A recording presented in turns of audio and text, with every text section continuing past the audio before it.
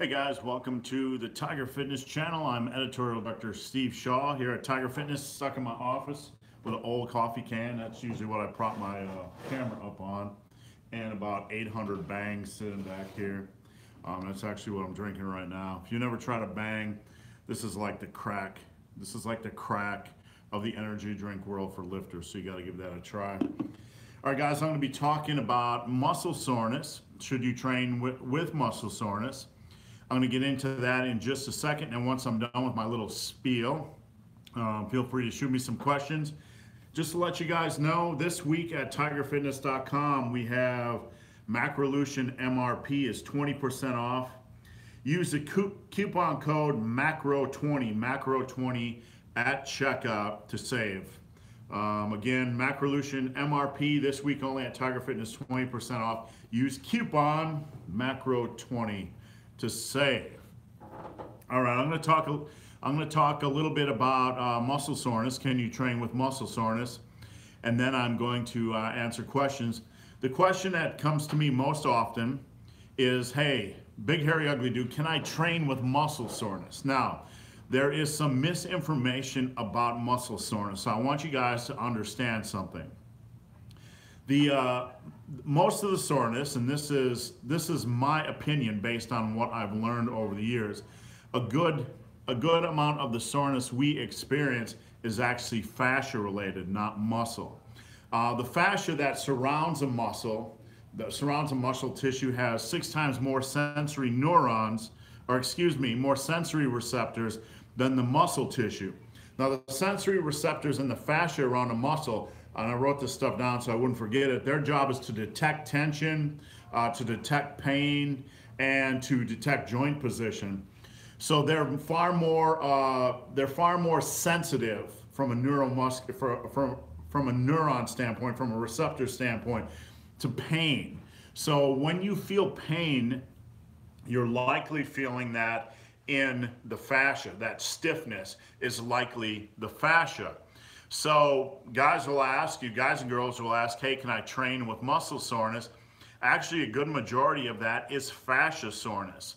Now, you can train with that. It's generally not the muscle at all, even though the muscle tissue is damaged. You can train with that, but you got to understand a few things. If the soreness is really restricting your mobility, you need to do what you can to warm up and loosen up, even if that, however you can do that. Walking on the treadmill, doing a little bit of stretching or foam rolling or whatever. Even so, if the soreness is very extreme, you might want to go a little bit lighter, and you certainly don't want to do any reps that are going to compromise your form with a specific exercise. So above all things, listen to your body. So yes, you can train with muscle soreness. Realize that it's typically the fascia around the muscle tissue that's experiencing the trauma or the issues, and that you want to get that as loose as possible and listen to your body. All right, guys, Steve Shaw here, editorial director at tigerfitness.com. I'm going to answer your questions for about a half an hour or until this battery on this phone dies. And if I miss your questions, sorry. Let's see here. Let me see what we got for questions. Let's see. Sean says, finally caught you guys live. Thanks, Sean. Mike says, how do I tell Red Velvet Way that I'm breaking up with it for ice cream sandwich? You know what? Red Velvet had a good run, but it is a red-headed stepchild, and ice cream sandwich, you know what? It's got to understand, Red Velvet, we love you, but you were just a temporary thing. We were just tasting out the redheads, and now we're going back to the real love right there. So that's what I would do. What do you think about training fasted? You know what? I've done intermittent fasting over the years, and if you get your body used to training fasted, it's fine. Just make sure you listen to your body. Above all things, if you're in the gym and you're feeling lightheaded or whatever, you probably need to eat something before your workout. So you're not injured, so you're not putting yourself in harm's way. Training fast is certainly fine, but when you're done out of the gym, you might want to get a feed in your body just so you can get some nutrients in it. So take a few weeks, get used to fasting before you work out. Don't just jump into it. I'm not sure if that helps, but sorry to delete like 7,000 highs from one guy. If I miss your question, guys, post it back up. Let's see. Donald Miller says, I used to do construction and was sore almost every day, at least a month. I'm fine using my muscles. You can work out with sore muscles. Yeah, I did a lot of heavy lifting and physical jobs, and you just got to listen to your body just like anything else. How do you go about cycling a Lido diet? I guess you mean a keto diet. I'm not sure really sure why you would cycle a keto diet. Really, weight loss or fat loss is going to come down to calories in, calories out. So if you want to cycle a keto diet, you can really do it any way you want, but it's not going to change fat loss. So just know that. Keto is not a miracle fat loss. Dustin says, would I be able to come to HQ? Would you ever have some time to go over some form on lifts? Absolutely. You just got to hit me up. Anybody that wants to come down to HQ, hit me up on Instagram at BenTheBarman. Just come on in. Let me know you're going to be coming in, what day and time, and be on time because we want to help folks, but it helps when everybody shows up when they can. And I'd be glad to take a look at your form for 10-15 minutes, give you a few pointers. Let's see what else we got. What else we got here? JJ the Pedro says, thoughts on the T-bar row. I like the T-bar row. I mean, one thing about back training is there's so many good back exercise choices. You have the barbell row, the dumbbell row, the T-bar row, the seated cable row, which I absolutely love. So many wonderful back exercises, pull-ups, and inverted rows and lat pull downs. The T-bar row is at the top of my choice. I love the exercise. It gives you a really good opportunity to brace your lower back. The lower back, as you get stronger, your lower back can be put under a lot of pressure from barbell and dumbbell rows. So the T-bar row, for me, it's easiest of all the rowing variations to really brace my lower back and get a good feel. So I like the T-bar row. Is it any better or worse than any other row? I like dumbbell rows better, but it's definitely close to the top of the food chain. Let's see, difference between results of vegan bodybuilders and non-vegan bodybuilders. There really is none. If you're looking for a difference, food comes down to bodybuilding comes down to calories, structuring your diet properly, getting enough protein, getting enough macronutrients, getting enough micronutrients, and what you do in the gym. So what you eat really doesn't matter. Let me just see what we got here for questions. Let's see. What are your standards for the barbell row? Do you have a morning routine? Okay. Jared Jabbar says, do you have a morning routine like Mark? We all have different morning routines. Mine's very different than Mark. I'm older, so mine involves a lot more stimulants, like a lot of coffee. But, my morning routine is I make sure I get something in my belly right in the morning, especially something high protein, but it's not as structured as Mark. I'm a little bit older. I'm not a bodybuilder like Mark, so I have a little bit more flexibility. Let's see, what are your standards for the barbell row? I recommend people aim to barbell row what they can bench press. So if you can bench press 365, you should be pretty close to that with the barbell row. If you're bench pressing 275 for 6 reps, you should be pretty close to that on the barbell row. So that's usually pretty close to that. Angel says compound movements versus iso, full body versus splits. Compound movements are always going to be better. Any movement that allows for a long period of progression. Like bench press, you could go from 95 on bench press to 395 on bench press. That's a lot of progression. An isolation movement, flies, you can go from 20s on dumbbells to maybe 45s.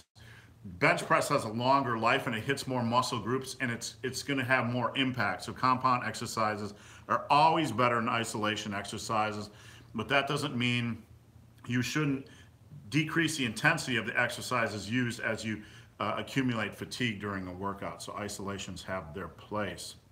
What can I do to keep my leg strength up? I broke a bone in my foot. Man, that's a tough one. I really don't know that you can keep your leg strength up, that there's a lot of things you could do. You could probably press off your heels. I'm not sure how that would impact the toe, but just know that with muscle memory, when the healing process, when it's healed and you're able to get back into the gym, muscle memory is your friend, and you will regain strength and muscle quite rapidly if there is any deterioration. Somebody says, David Rodriguez says, I'm training every day. Risk of overtraining. It's really hard to overtrain. But with that said, why are you training every day? Why? If you like to do it, that's fine. If you like to train every day, that's absolutely fine. But more is not better. It's very difficult to overtrain, but just because it's difficult to overtrain doesn't mean we need to live in the gym. So just remember that. The biggest risk you have by pounding your body 6 days a week isn't really today. It's down the road 10, 15 years from now. The punishment, when we're young, our body can take a lot of punishment, but as we age, that stuff will catch up to us. So my best recommendation, if you like to train 6 days a week, you might want to do something else a couple days out of the week. Get out and hike or do some yoga or something. Stay active, but don't keep pounding your body. Let's see what else we got. Let me get rid of the nonsense questions here. All right. Chad says, I was always taught soreness is not a proper indicator of muscle growth. Absolutely not. Absolutely not. M. Smizzle says, push-ups are fine, but benching makes my shoulders burn for days. What could be wrong? Your shoulder burn for days? I don't know what kind of pain you're experiencing, but all I gotta say is if it's unusual, you need to see a doctor, because the big hairy ugly dude is not a doctor. JJ De Pedro, do you think being 35% body fat with decent muscle looks very obese? Does it look obese? Well, you know what? I mean, you're gonna look skinny fat if you have 35% alcohol. Or, sorry, somebody just sent an alcohol question. 35% body fat. The bigger issue is the health issues. You might be younger, and carrying around a lot of body fat isn't good for longevity and health. So regardless of how you look, you need to get that body fat percentage down. Let's see what we got here. What we got, guys. I'll be on for about 30 minutes or until the battery dies on the phone here. This is the CEO's phone. Let's see. Jonathan Hand says, what is the ratio of bench to dumbbell? Say 265 bench, but only 80-pound dumbbell bench. That's a really good question. At my strongest, my bench, competition bench in a real powerlifting meet was about 390 a couple years ago, and I was benching like with dumbbells 150s by 5s to 6. So, there's going to be maybe about 80% or so, 80%, but it's going to vary on the lifter and what their strengths are muscle-wise. So, let's see. Let me get the troll off here. Favorite cable exercises. My favorite cable exercises are seated cable ropes for back, and I love doing cable curls with the easy bar attachment. You can really get a good squeeze up here. When you're doing those cable curls, when you bring them up here, rotate your elbows a little bit and you'll really get a quality contraction. So that's one of my favorites. Ryan says, I train later at night and going to bed about 2 to 3 hours after. I heard long ago taking in a lot of carbs before bed. No, it does not lead to fat gain. That's nonsense. Overall intake for the day is what will lead to fat gain. So when you are done lifting, if it's late at night, listen to your body, get in your calories and your carbs, and you're not going to gain fat. SD Lifter says, how much does drinking alcohol ruin gains? Unless you're abusing alcohol, it's not going to really impact your gains at all. I keep a very strict diet during the week, and on the weekend I partake of a little bit of alcohol. I like my beer. It won't impact anything. What you got to look at when it comes to lifting is balance. Is what you're doing abusive to the body, or is what you're doing reasonable and balanced? A little bit of cake isn't going to do anything for you. If your whole diet is cake, you're screwed. A little bit of alcohol isn't going to do anything to you. But if you have a hangover every single day, that's not conducive for really that's just not a good quality of life. So let's see here. I'm trying to not to miss the questions, but we got so many. Got so many here. If I miss your questions, I'm sorry. What are the best ways to train with calves with free weights? With free weights, I like to do, gotta strap it up for free weights with calves. You can strap up with dumbbells and barbells, and you can just do standing calf raises. You can do rocking calf raises with barbells where you kind of rock up on your toes and do those for high reps with 225 or 315 on the bar. Those are two ways I really like to train calves with a barbell or dumbbell. Best place to find macro measurements. Don't want to spend 10 weeks trying to figure this out. On the package of the food or Google. I mean, I'm not trying to be facetious here, but if you want to find the macronutrients in any food, you just search that food in Google and put in nutritional information. You should do more live Q&As. Thank you, JJ. I appreciate it. Dave, what's going on? Spent about 2 hours a day in the gym, but still find it difficult to really hit all muscle groups in the week. Any ideas how to remedy this? You're in the gym 2 hours a day, but find it hard to really hit all muscle groups. Are you doing a full body or a split, Dave? That would help me out. Kevin O'Shea, any nutrition tips for when you're away from home?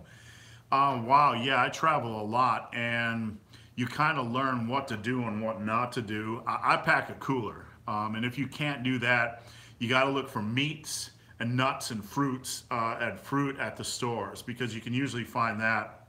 You can usually find jerky, you can usually find nuts, and you can usually find fruit somewhere. And if not, you go for the protein bar. But the best option is just to take your own, take a cooler if you're driving. Let's see. Spencer Stacy says, train every day or every other day. If you're going to be doing this for the rest of your life and you want to stay healthy, you need to train every other day rather than every day, because you're talking to somebody that's lifted for 32 years, and I've done just about everything. And over time, if you want to be 45, 50 and still look good, and who doesn't, because we don't want to die young, we still want to look good and be healthy and feel healthy, not like our dads or our grandfathers when we're that age. You need to take care of your body, and it's not a sprint, it's a marathon. So take care of your body and don't punish it. After a couple years of lifting, you're going to get really strong. And if you're trying to lift every day with that type of punishment on your body, it will catch up to you. So Dave says weight resistance with some cardio 3 days a week. You know what?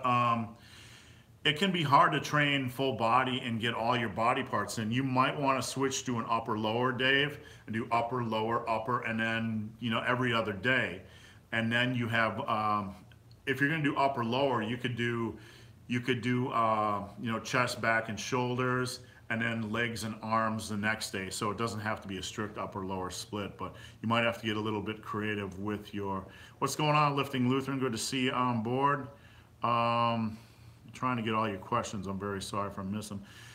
See, I'm a natural lifter. My new program has many one set to failures for biceps. What are your thoughts? Generic advice training to failure is really, really bad. Like there's a huge debate with training to failure, and people like to dumb it down like every exercise is the same. Not every exercise is the same. Some exercises it's easier to train to failure, some it's more difficult. So you got to be smart. Training to failure isn't needed.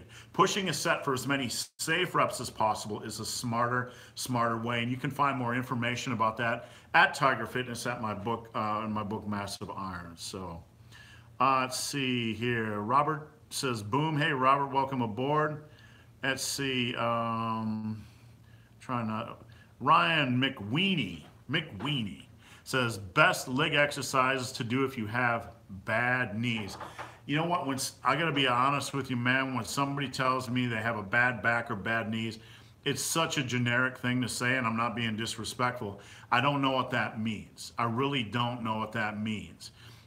There are a lot of big guys out there. I was 346 pounds, and I had what's going on every damn day fitness, Alan Roberts. How tall am I? I am 4'10". Check it out, it's real life. Look, bad knees, you know, when I was heavy, I had bad knees from being heavy. So your bad knees could be from anything. If your bad knees are from being heavy, you need to lose weight. If your bad knees are from a medical condition, you really need to talk to your doctor. That's the best advice I can give you. Let's see what we got going on here. Fitness 253, yo, the Lean Mean Steve Machine. What's going on, Fitness 253? JJ the Pedro says, I'm 5'10 and weigh 240 and can only do 3 pull-ups. Would I be worth it to do sets of 3 or do inverted rows? What I would do, JJ, if you want to improve your pull-ups, is do them every day, 4 or 5 days a week. Set yourself a 2-minute block during that time and rest as you need. Strap up because we want to work on our pull-ups, not our grip strength. And just do as many as you can in those 2-minute blocks every single day. Add up your reps for those 4 to 5 workouts each week and try to improve a little bit each week. So 4 to 5 days a week, you're doing pull-ups as many as you can in 2 minutes. Say you only do 2 and 3 and 2 and 3 or whatever it is. Add up your reps for that week and then just try to improve next week. And if you continue to do that over the course of a year, you're going to be a pulling up son of a gun. So, all right, let's see what we got here. Michael says, often train from 9:30 to 11, up at 4 to 5 with the kids, hard to fall asleep and get quality sleep. Any advice? Taking Clash and Insurgent pre-workout. You need to dump the Clash pre-workout. You need to get rid of the stimulants, and you need to look, if you're having trouble falling asleep, dump the stimulants. And you might want to take a sleep aid. And shoot, man, you know, it can be hard to fall asleep after a workout. The best thing I would advise is save more calories for post-workout. The more calories you eat before bed, usually it is, the easier it is to fall asleep. Let's see. Dave says, awesome kind of direction been handed. Thanks, you bet. Yeah, upper lower, man. I like to do that because you can do upper lower, like you can even do it on back-to-back days. So that's a good option. The phone's probably going to die here any second, but we're about 22 minutes in. Sad Savage Spartan says, while we keep mentioning lifting every day, is it more dependent on how much volume you do every day, or is it going to damage you down the line regardless of volume? Volume is really the amount of reps you do times the amount of weight. And obviously we push progressive overload, so you're getting stronger, right? You're getting stronger. So the volume, the weight times the amount of reps is going to get more and more intense as we get stronger. So yeah, volume does have an impact, but you know, once you're pretty close to your natural potential and you're just squeaking out pounds and ounces of muscle gains, you really don't need to be pounding the living crap out of your body with both volume and heavy weight. So yeah, it will impact you. I do a lot less volume these days because of the weight I'm using, but I'm mostly in maintenance mode, so I'm not really building muscle anymore anyway. So not sure if that helps. Ryan Dooley says, in your opinion, what's the best belt around for squats and deadlifts? I use a Longhorn. It's custom made. If you're going to get a really quality belt and you're not going to lose or gain weight for a while, look at something like a Longhorn or a custom made powerlifting belt that's about 10 millimeters in thickness. Let's see. Some goofball